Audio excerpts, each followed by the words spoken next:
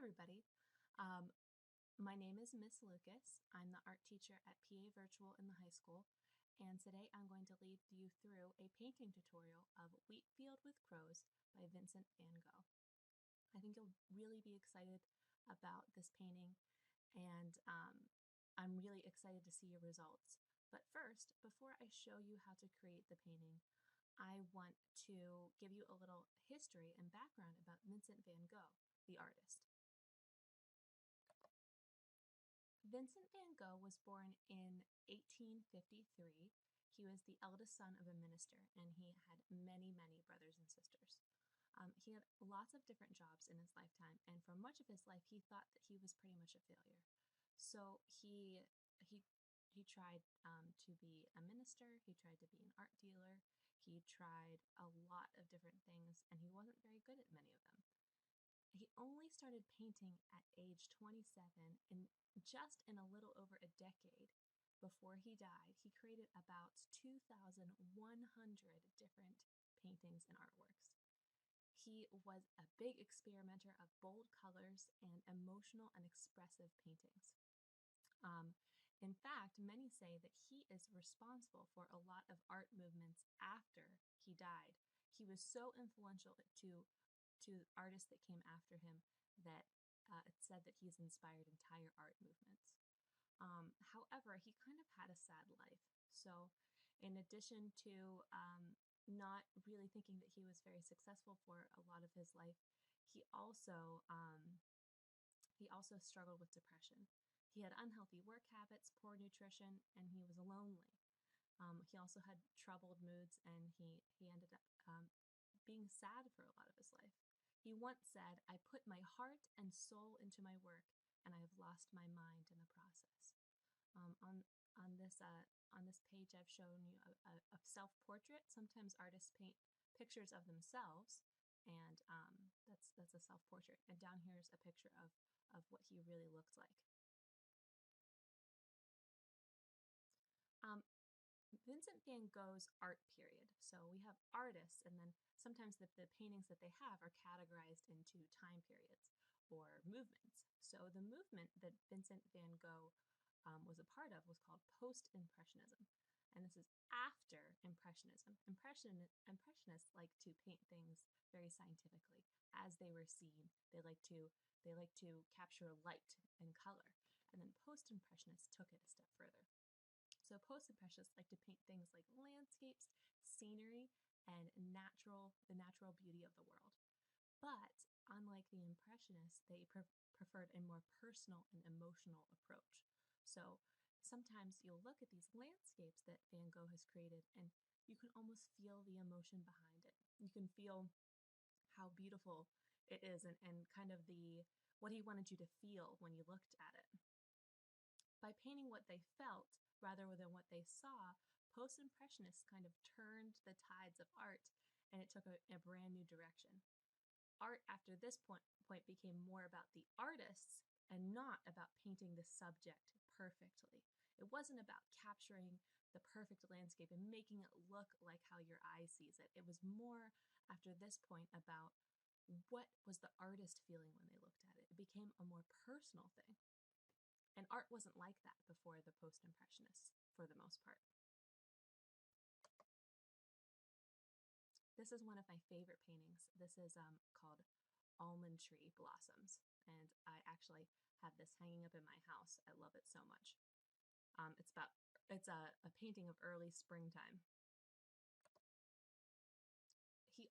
Van Gogh is very, very famous for his sunflower paintings, and they were kind of the symbol of his work for a lot of his life. One of the most famous ones is hanging in the National Gallery in London, and the rest are scattered all around the world.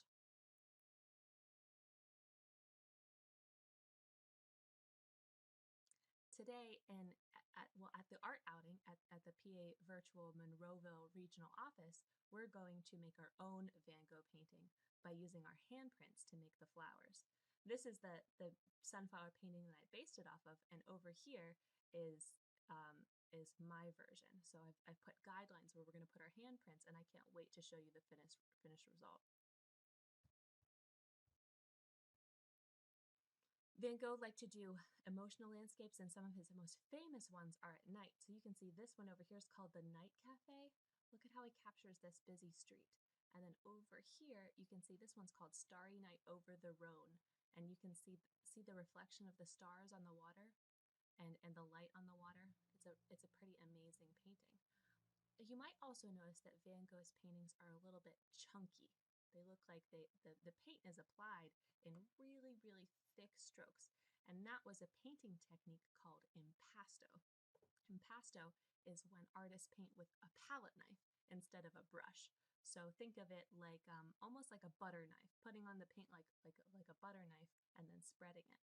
It's really, really hard to paint that way, but Vincent van Gogh did it so wonderfully that he was considered one of the best impasto artists.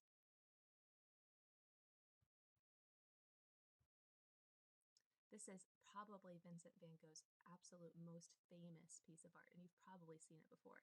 This one is called Starry Night, and I think the reason that it's most famous is because of the the circle pattern. It's very imaginative. This is how he saw a starry sky, and it's kind of amazing that he saw a starry sky this way because you can see that he was feeling a lot when he looked at kind of this dark night over this little town, and he put a lot of imagination to this piece of art, and that's why it's so famous. So why is Vincent van Gogh so famous now? He's very famous right now. He's one of the most famous artists of all time, probably the most recognized artist of all time now. But he only sold one painting in his entire life. So, and the one painting that he sold in his entire life is the one that's over here. That's called The Red Vineyard. And that was the only painting that he ever sold while he was alive. And when he died, he thought that he was kind of a failure as an artist too. So, how did he get so famous? Well, it's the reason that Vincent van Gogh is so famous and why we have so many of his works now is because of love, basically. It was the love between Vincent and his brother. They were very, very close. And then the love between Vincent's brother and Vincent's brother's wife, Joanna. So Vincent and his brother were very close. Throughout his lifetime, Vincent van Gogh wrote over 820 letters. About 650 of those letters were just to his favorite brother, Theo, who died only 6 months after him. Vincent's sister-in-law, Joanna, that's Theo's wife, spent many years after her husband's death compiling these letters that they wrote back and forth. And this is an example of one of the letters, which were first published in 1914. She also became the guardian of Vincent's paintings. She inherited all of his paintings, and she protected them and dedicated the rest of her life to promoting him as an artist and preserving his memory. The really fascinating thing about Joanna, too, is she didn't really meet Vincent very many times. She didn't really know him very well, but she loved her husband so much, and she knew how much her husband loved his brother that she spent the rest of her life, even though she remarried again to a different person, um, promoting Vincent's artwork and making him what we know of him today. She also, Theo and Joanna, named their son Vincent as well. That's a picture down here of Joanna and little Vincent. This is the painting that we're working on today. It's a Wheatfield with crows. Many art historians think that it's Vincent's very, very last painting. But there's not really any proof. So it's between this one and I think two others, but they pretty much think that the painting that we're working on today is Vincent van Gogh's very last painting. And we're about to get started, but the one thing that I wanted to is read you one more quote from Vincent van Gogh, because sometimes it can be really, really intimidating to start a brand new painting. It can, especially if it's not something that you're used to doing. So I want to tell you that Vincent van Gogh, one of the most famous artists in the whole world, thought the same thing. He said that he had a quote about the blank canvas. He said, "You don't know how paralyzing that is, the stare of a blank canvas is, which says to the painter, you can't do a thing. The canvas has an idiotic stare and mesmerizes some painters so much that they turn into idiots themselves. Many painters are afraid in front of the blank canvas, but the blank canvas is afraid of the real passionate painter who dares and who has broken the spell of you can't once and for all. So I want you to be the daring, passionate painter and break the spell of you can't, because we're about to start a really cool painting.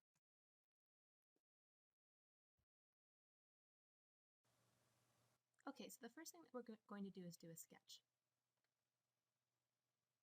The first thing that we're going to do for our sketch, and it's a very simple sketch, it's just a horizontal line right down the center of our canvas and a circle on where you're going to put your sun or the bright spot of your sky.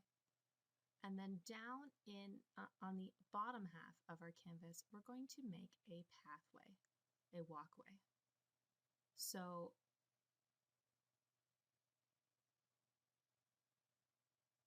a kind of diagonal line on either side, and then we want to have our path open up towards the center. So the way that I did that, and I only did it on the computer afterwards because I realized you couldn't see it very well, is I kind of did a triangle with wavy lines, like a curvy triangle path. You can see how I bent the line using this computer tool. But I want you to try with your pencils the best way that you can. So it doesn't really matter. One thing I want you to remember is when you do a sketch for a painting, it's not that big of a deal. We can paint over it. The sketch isn't the most important part. So I also created some guidelines about where we're going to add shadow. So that's what those lighter lines are. When you finish your guideline, it should look a little bit something like this. All right, now we're ready for step 2, which is when we start to add paint. We're going to paint our yellow grass. We're going to use this color that's on your palette. It's a cadmium yellow, and basically the part of the painting that we're filling in is this area, this side and that side with yellow paint. So watch me do it.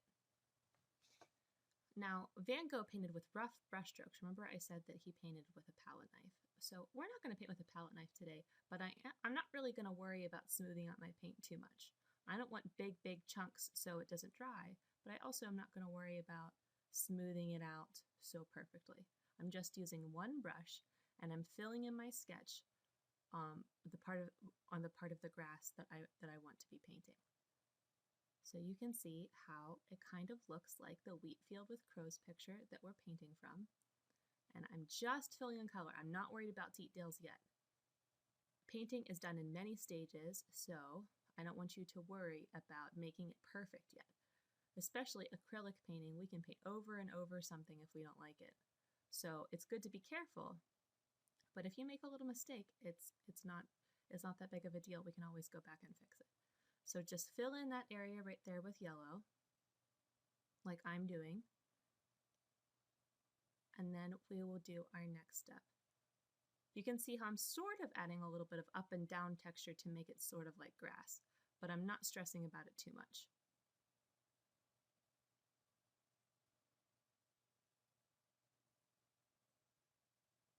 There I am, filling the rest in. I'm almost done. This really isn't going to require too much paint either. You want it to be a little bit chunky, you want it to be textured, but it doesn't have to be really thick either. Acrylic paint also dries pretty quickly, so be careful of that too. It's good because you can paint over it pretty quickly, but sometimes it dries a little too quickly, and especially if you have a texture, it will dry bumpy. But I'm almost done, and I have my basic painting for my yellow grass. Okay, so the next step would be the green grass. And that on the painting is here, here, and here. It's a little subtle, but it's definitely there, and we want to try to include it. So we're going to use our green color, just a basic green. And if you're looking at our sketch, it's going to be these areas, these guidelines that we made. Remember, it doesn't have to look pretty yet. It's going to all make sense in the end. This is where it takes a little bit of bravery to be a painter. But we're going to do 2 lines in our brown path, And then we're going to focus on this bigger area of two kind of like skinny triangles on the ends.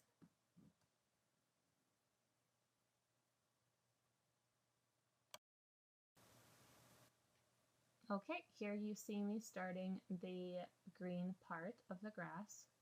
I'm just doing little strokes.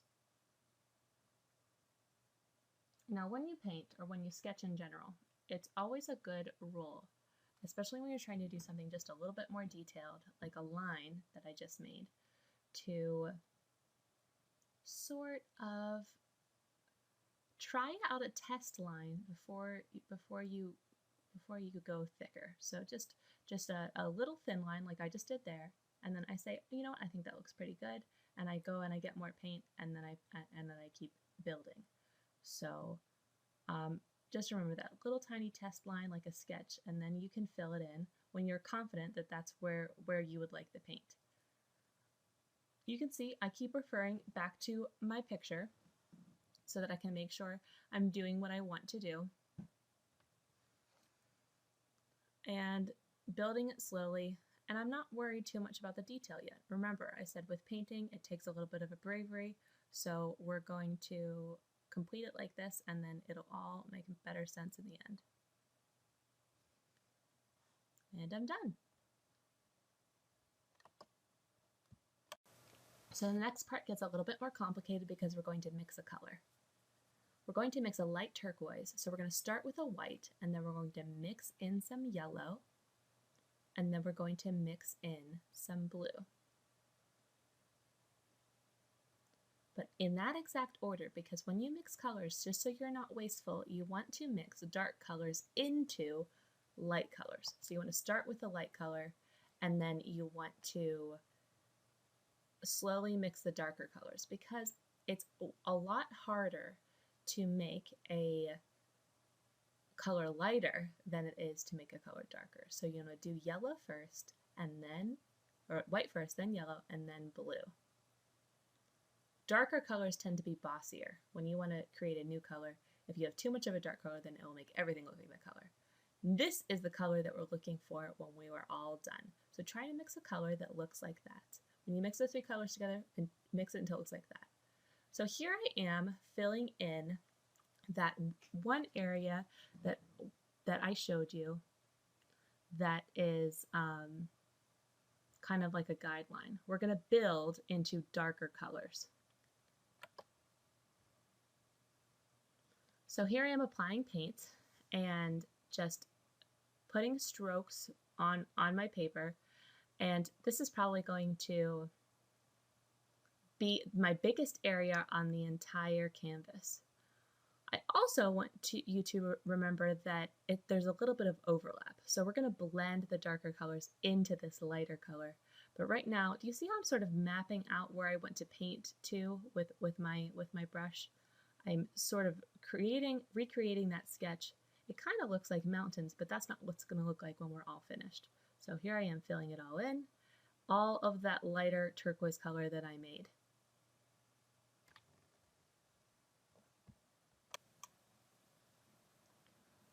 Okay, so I'm just continuing to sort of build it up, and then I can kind of tweak as I want. So the reason that I didn't say that your guidelines or had to be specific shapes or anything is because I kind of wanted you to decide. We're not trying to make a perfect copy of Van Gogh, we're kind of making an interpretation. So you can see how I kind of I decided I wanted a little bit more of this lighter color all over, and I was going to kind of build it where I saw fit. You want to paint around your circle too, the circle that we made. So here I am sort of building it up, adding it to be thicker. You don't want to see any canvas underneath your paint. So you want to use enough so that you don't see the kind of smeared canvas going through. Here I am sort of outlining my moon or sun or whatever that could be. I think it's a sun. And filling in the rest of my guidelines. Okay, and the next step is to blend in the darker blue.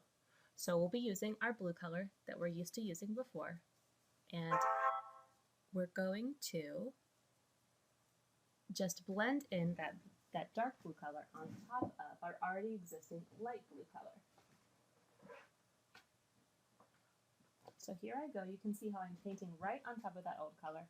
And that is a painting technique that is called wet in wet. That is just a fancy way of artists saying that they are putting wet paint on top of wet paint. And when you sort of paint wet paint on top of other wet paint and blend it in all together like that, the colors sort of merge very nicely. So you can see how I'm sort of doing that. I'm building it in. And even though in my diagram, I showed you that we were only filling in a little bit, I want you to go ahead and fill it in all the way to the edges of your picture. You're going to fill in the blue as much as you can so that it reaches the very edges of your painting.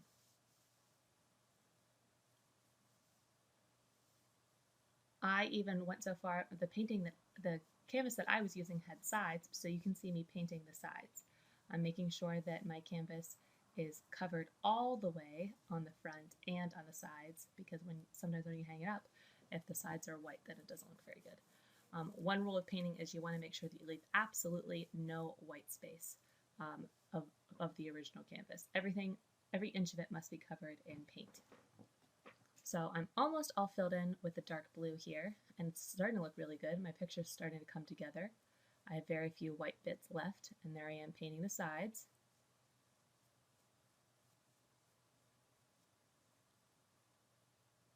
That gives it a nice professional look.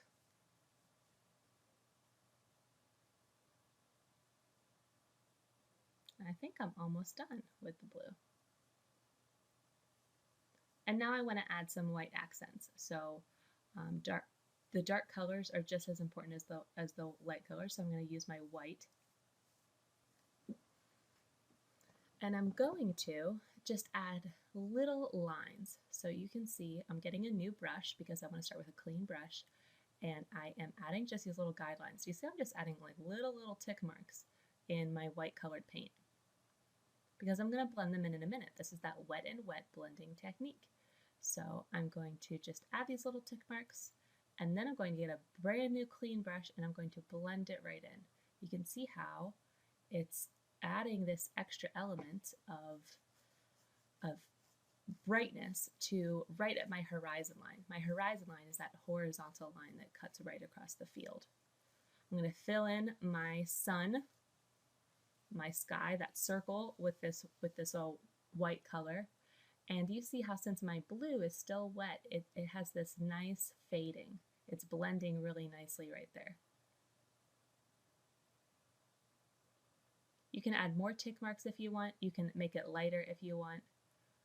I just would be very careful to not add too much because we're about to add black. So you're going to get your black color out, and this is where we add the contrast. This is where we're going to add the dark color on the top corners of your canvas. So I'm going to paint right on top of my darker blue color. See how I'm I'm just painting right on top.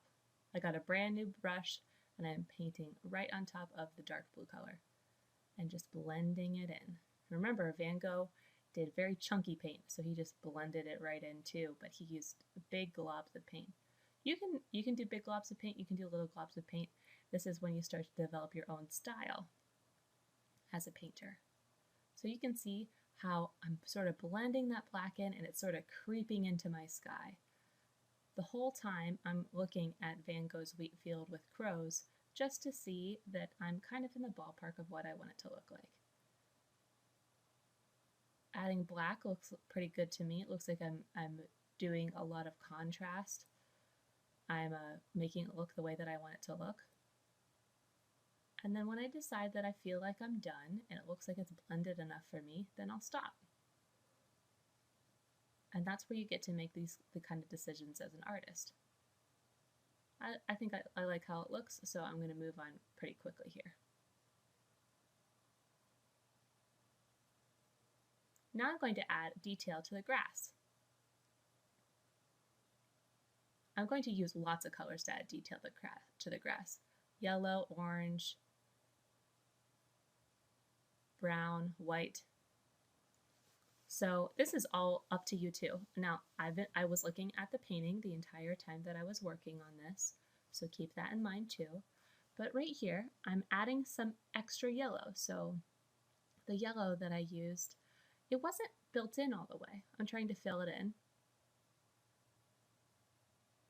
So I'm just adding a little bit extra yellow. I'm going to go ahead and fill in the yellow at the horizon line. You saw how Van Gogh's horizon looks a little bit bumpy. I don't know if I'm going to look exactly like that, but I do want it to be less of a line. You know, grass is kind of poking up every which way around it, so I just sort of am blurring that line and making my grass a little bit taller. Up and down strokes to make my grass. And here I am filling in just a little bit more yellow color. I added a little bit of orange. I'm making it a little darker in places. And you'll see how I add some other colors here in a second. Here's some orange. I just went ahead and added some orange brush strokes for accents.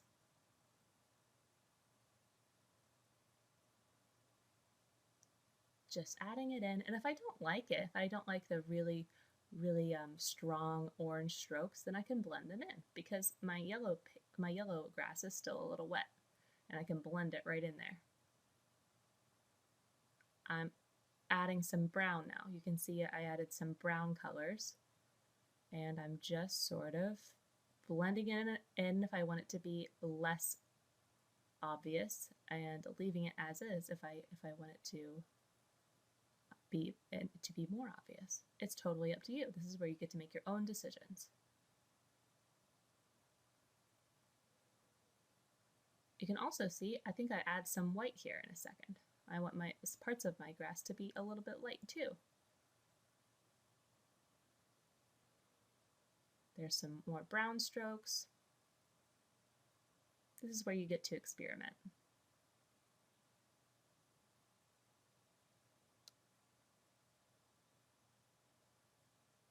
I'm just adding texture too, some texture and depth.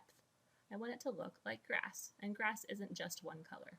Grass is a lot of different colors, and by adding dark and light lines, I'm making it look more like the grass that I'm used to seeing.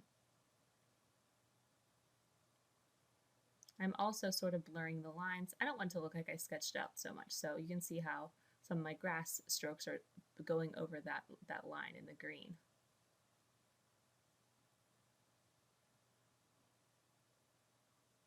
Now it's time to fill in the road. At this point, we're going to have 100% of our canvas completely covered by paint. So we're going to get out our brown and just fill in the space that's left.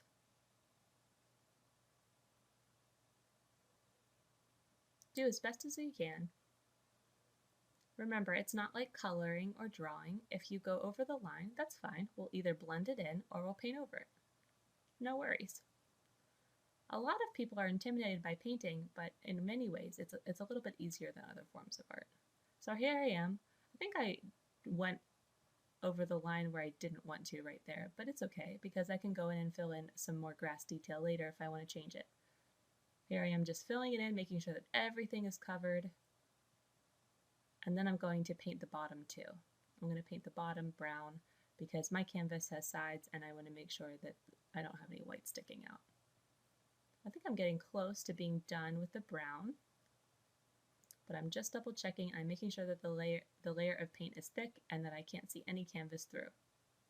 Here I am, painting the underneath, painting the borders and the sides. You can see how they're white, and now I'm making them brown.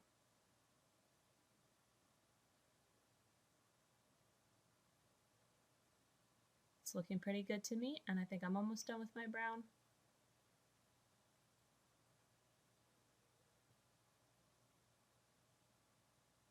And now I'm adding some green because the next stage is called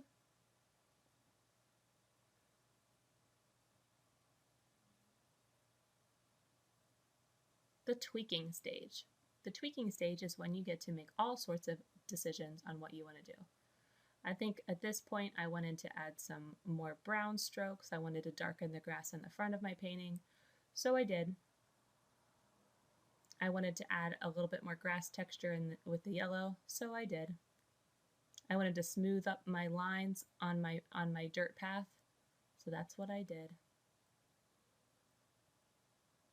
You pick the parts of the painting that you want to make decisions on what to make better. Sometimes you can refer back to the Van Gogh original if you want, but you can also make your own decisions. The cool thing about painting is that you get to be creative. So here I am making my grass taller because that lighter part of the blue is finally dry, so I can paint over it. Because the yellow and the blue are so different colors, I had to wait till it was dry to paint over it. And now it's time for the finishing touches. This is my favorite part. So it is Wheatfield with crows, so we're going to make our crows, and our crows are painted with black paint. So go ahead and get up your black paint and make sure you're using a kind of a small brush. A flat brush is best. So here I am, I'm looking at the painting and I'm just sort of painting crows. I'm not really concerned that they are perfectly placed, just like Van Gogh's original painting.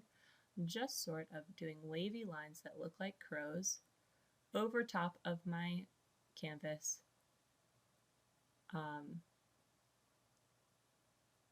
And making it up. There were quite a bit of crows in the original painting, so I'm just adding them. There's no rules. I'm seeing how it goes, adding a few more here and there. I think it looks cool.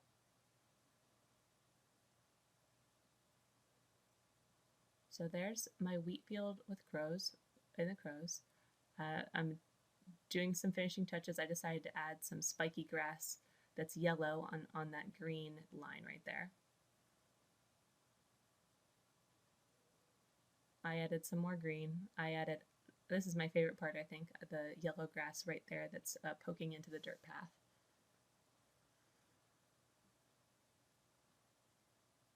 Just little tweaking things, little things here and there that I might want to work on. I might want to make a little bit better. And then make sure that when you're all done that you sign it. And I'm about to sign my painting in a minute. But you have to be careful with the tweaking stage and the finishing touches stage, because you could do this forever. You could add white here or there, you could add brown here or there, and you could basically fix it and fix it and fix it until forever. So at a certain point you have to decide, you know what, I think I'm done.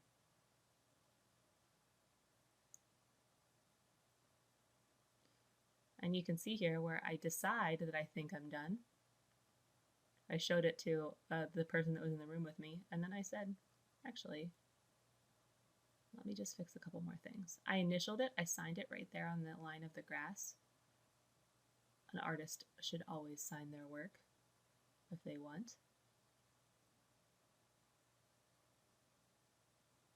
Showing it off, showing it off.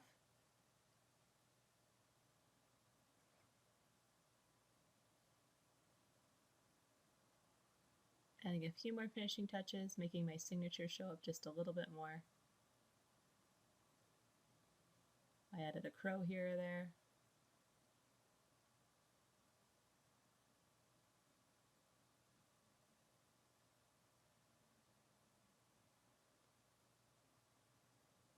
Making my grass a little bit greener.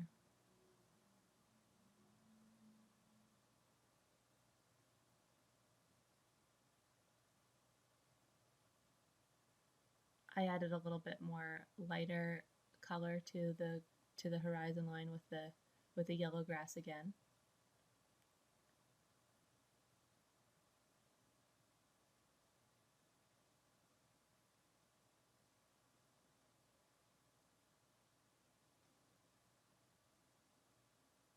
And now I think I'm all done.